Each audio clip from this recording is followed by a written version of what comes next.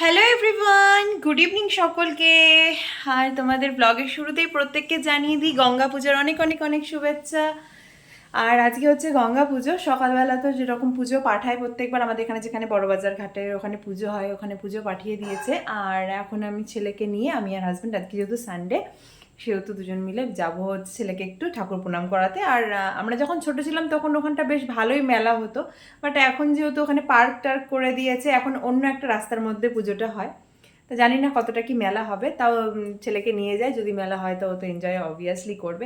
ইচ্ছে ছিল আমাদের আড়ংঘাটায় যে যুগল কিশোরের মেলা হয় সেখানটা নিয়ে যাওয়ার, কিন্তু এত গরম পড়েছে, এত গরম পড়েছে না, আমি চাইছি না এতটা গরমের মধ্যে ওকে ওখানে নিয়ে যেতে। আর এখানে যেহেতু বাড়ির কাছে টুক করে যাবো, একটু ঘুরিয়ে নিয়ে চলে আসবো। সো চলো আজকে আমাদের সাথে থাকো, দেখতে থাকো ব্লগটা, আশা করছি ভালো লাগবে। সো আমি কিন্তু রেডি হয়ে গেছি, ফ্রেশ হয়ে আসলাম, গাটা ধুয়ে টুয়ে নিলাম। এসে আবার যদিও রাতে গা ধুতে হবে, তাও একটু গা না ধুলে না মানে রাস্তাঘাটে বেরিয়ে আরও যেন হাঁসফাঁস করে, একটু গরম তো আর পারা যাচ্ছে না।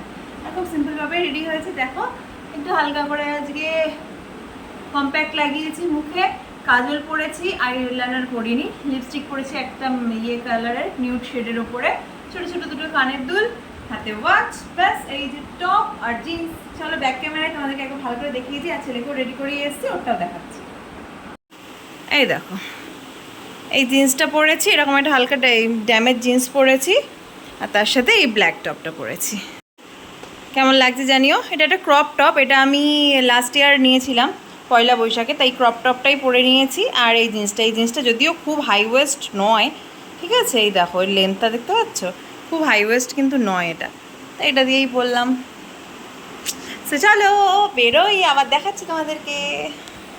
ছেলে কিন্তু একদম রেডি, আজকে বললো নতুন জামা পরবে, তাই ওকে জামাই ষষ্ঠীর দেয়া, এই যে মা যেটা দিয়েছিল না জামাই ষষ্ঠীতে, সেই নতুন জামাটা পরিয়ে দিয়েছি। বাবাই দেখাও জামাটা, এবারে নতুন জামা পরিয়ে দিয়েছি, ব্যাস এই তো হচ্ছে সাজুগুজু। আর আমরা তখন এই ঘরেই, মার এই ঘরটাতেই বসেছিলাম এসি টেসি চালিয়ে। তা চলো বেরোই আমরা এবার, টাটা। বাড়ি থেকে বেরিয়ে আমরা ফার্স্টে চলে এসেছি আমাদের বাজারের এখানে একটা গিফট সেন্টারে। এখান থেকে হাজব্যান্ড একটা কিরিং নিল, আর ছেলে তো যেহেতু গিফট সেন্টার অনেক রকমের খেলনা আছে, দেখেই বলছে মা বাস নেবো, মা গাড়ি নেবো, মা এটা নেবো ওটা নেবো। আমি ওকে ফার্স্টে দুবার বোঝানোর চেষ্টা করলাম যে দেখো মেলায় যাব, মেলা থেকে নিও, তাও আর শুনলো না।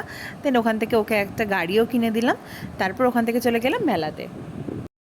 চলে এসেছি আমরা মেলাতে, ফার্স্টে গাড়িটাকে রেখে দিলাম এক জায়গায়, এবার ঠাকুরটা প্রণাম করব। আর দেখতেই পাচ্ছ সামনেই প্যান্ডেল দেখা যাচ্ছে, ওখানেই পুজো হয়েছে। এই রাস্তাতে পরপর 3টে গঙ্গা পুজো হয়েছে। আর দেখতেই পাচ্ছ খুব ছোট্ট করে মেলাটা হয়। ছোটোবেলায় তো প্রত্যেক বছর আসতাম, তবে মাঝখানে অনেক বছর আর আসেনি, কিন্তু এবার আবার ছেলেকে দেখানোর জন্য আসার সুযোগ হলো। আর এই দেখো, এই হচ্ছে এখানকার প্রতিমা, ঠিক আছে, এখানে প্রণাম করে প্রণামীও দিয়ে দিলাম। আর সকালে তো পুজো দিয়ে গেছিলোই। চলো এবার টুকটুক করে মেলাটাকে একটু এক্সপ্লোর করি, ছেলের জন্যই তো আসা, দেখি ছেলের এখানে কি পছন্দ হয়, ও কি কেনাকাটি করতে চায় এখান থেকে। তা খুবই সামান্য যৎসামান্য দোকান বসেছিল, তার মধ্যে থেকে ওর টুকটাক কিছু জিনিস পছন্দ হলো। আমরা মেলা থেকে চলে এসেছি, আর এই দেখো ছেলে এরকম একটা বেলুন নিয়েছে, তারপরে ও যা যা পছন্দ করেছে সেগুলোই নিয়েছে। এরকম একটা কল নিয়েছে, এরকম একটা পাখি গাড়ি নিয়েছে, ঠিক আছে, আর কি নিয়েছে, আর একটা কি, ও এ দেখো ফেলেই দিয়েছে বাড়ি এসে। এই যে একটা বাঁশি নিয়েছে, আর এই গাড়িটা নিয়েছে হচ্ছে দোকান থেকে, ওর বাবা চাবি রিং কিনতে গেছিলো, ওখান থেকে এরকম একটা পুলিশের গাড়ি নিয়েছে, ঠিক আছে। তো এই তো হচ্ছে কেনাকাটি, খুব ছোট্ট মেলা, সেরকম কিছু তো নেই, তার মধ্যে ওর এগুলো পছন্দ হয়েছে, তো এগুলো নিয়ে এখন খেলছে।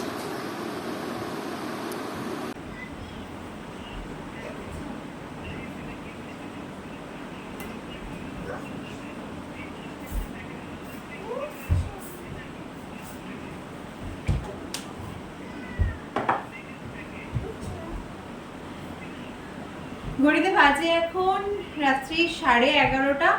আর মেলা থেকে আসার পর তোমাদেরকে দেখালাম যে কি কি কিনেছি না কিনেছি।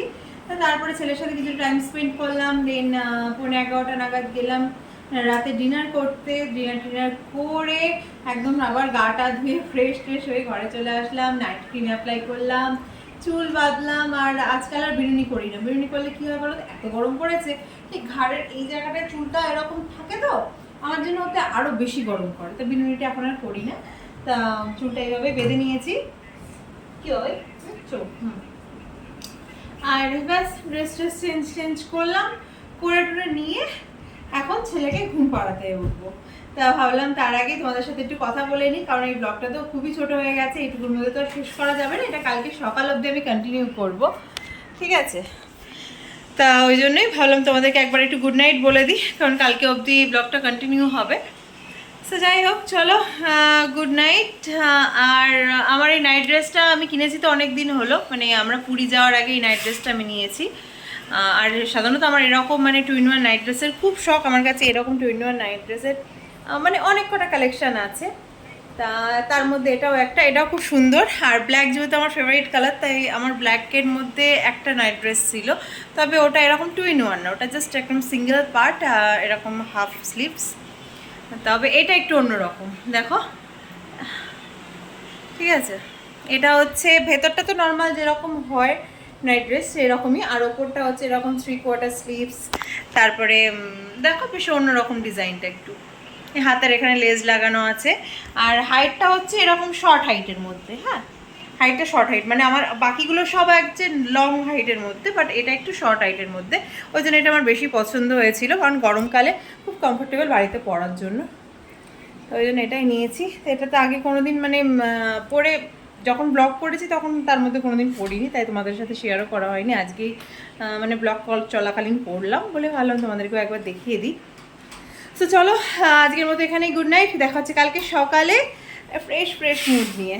তো এখন একটু রেস্ট নিয়ে নিই, আবার কাল সকালে দেখা হচ্ছে, টাটা।